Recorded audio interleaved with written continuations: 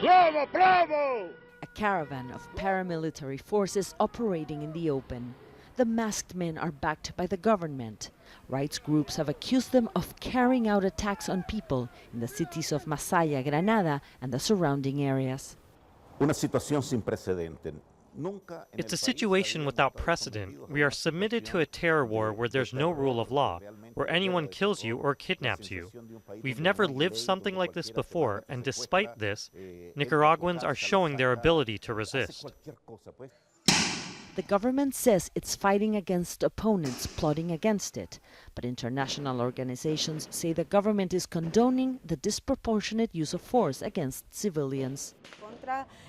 We condemn the repressive acts we are seeing around the country, including harassment, individual and collective detentions, houses being marked, and deaths. We are very worried about what's going on. Rights groups here say paramilitary groups in some neighborhoods in Masaya kidnapped people from their homes and executed them. They say the gunmen are operating with police protection. In Managua, many Nicaraguans say they are not afraid to fight government forces, even without weapons. Despite the dangers, we will continue fighting to have a free country because we deserve it. Opposition groups are no match to the heavily armed paramilitary forces, and human rights organizations have urged the government to bring an end to the violence. In our reports, we emphasize the need to clarify who are these masked forces that seem to operate in the country with impunity.